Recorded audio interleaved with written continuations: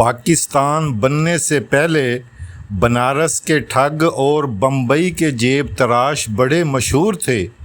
ایک دفعہ مرزا قندیل بیگ جو کہ بڑے امیر ترین آدمی تھے، ان کو بڑا ناز تھا کہ کوئی ان کی جیب نہیں کاٹ سکتا۔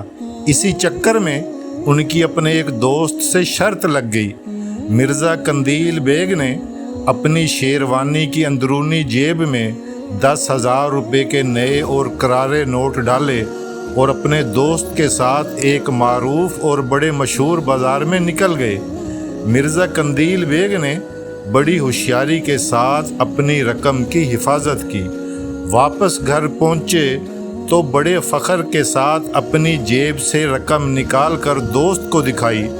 دوست کا منہ اتر گیا کیونکہ وہ شرط ہار چکا تھا۔ جب مرزا قندیل بیگ نے رقم کو گننا شروع کیا تو اچانک نوٹوں کے درمیان میں ایک کاغذ پر نظر پڑی۔ جب مرزا قندیل بیگ نے اس کاغذ کو کھولا تو اس پر لکھی ہوئی تحریر پڑھ کر مرزا قندیل بیگ کے طوطے اڑ گئے۔ کاغذ پر لکھا ہوا تھا، بے ایمان، بے شرم، جعلی نوٹ لے کر گھوم رہا ہے، پکڑا گیا تو ضمانت بھی نہیں ہوگی، ان سب کو جلا دے۔ اسی طرح ایک دفعہ بمبئی کے ایک بازار میں ایک جیب تراش نے شام کو اپنے استاد کو 5 روپے لا کر دیے اور کہا کہ استاد جی، یہ آج کی کمائی ہے۔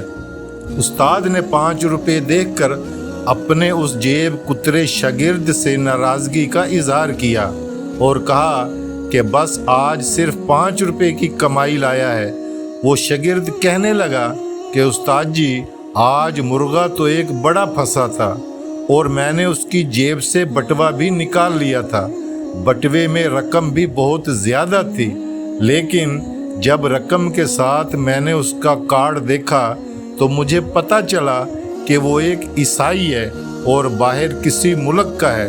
استاد جی، مجھے فوراً خیال آ گیا کہ اگر قیامت والے دن جب حساب کتاب ہو رہا ہوگا تو کہیں حضرت عیسیٰ علیہ السلام میرے نبی کریم صلی اللہ علیہ وسلم سے شکایت نہ کر دیں کہ میرے ماننے والے کی آپ کے امتی نے جیب کاٹی تھی، تو کہیں میرے نبی صلی اللہ علیہ وسلم حضرت عیسیٰ علیہ السلام کے سامنے میری وجہ سے شرمندہ نہ ہو جائیں۔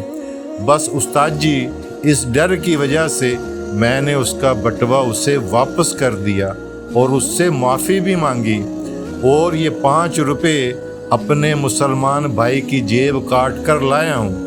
استاد یہ سن کر بہت خوش ہوا اور کہا کہ تو نے بہت اچھا کیا جو اس عیسائی کی رقم اسے واپس کر دی۔ استاد نے اپنے اس شاگرد کو خوش ہو کر 10 روپے انعام دیا۔ ایک جیب قطرے کو بھی اپنے نبی کے اس کی وجہ سے حضرت عیسیٰ علیہ السلام کے سامنے شرمندہ ہونے کا احساس تھا۔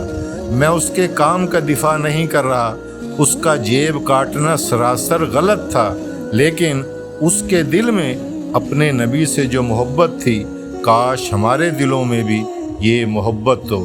اللہ تعالی ہم سب کو اپنے پیارے نبی صلی اللہ علیہ وآلہ وسلم کی زندگی کے مطابق ہمیں اپنی زندگی گزارنے کی توفیق عطا فرمائے۔ اچھی بات کو آگے پھیلانا یہ بھی صدقہ جاریہ ہے۔ جزاک اللہ۔